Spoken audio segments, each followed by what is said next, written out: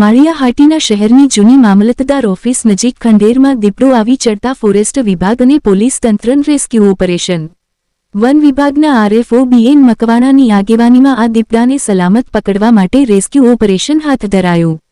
3 થી 4 કલાક જેટલા સમય બાદ પણ હજુ દીપડાને પકડવા માટે 4 પિંજરા અને વન વિભાગના સ્ટાફ સહિત નજીકના ટ્રેકરો દ્વારા પ્રયત્નો ચાલુ। લોકોના ટોળા એકઠા થતા અને ભારે ભીડ જામતા માળિયાહાટીના પીઆઈ મેહુલ ચૌધરી સહિત સ્ટાફ પણ સ્થળ પર પહોંચ્યા। કોઈ અનિચ્છનીય બનાવ ન બને અને લોકોને ઈજા ન પહોંચે તે માટે લોકોને દૂર ખસેડી વન વિભાગને દીપડાને પકડવામાં મદદ માટે ટીમો ખડે પગે। રિપોર્ટ પ્રતાપસિંહ સોદિયા।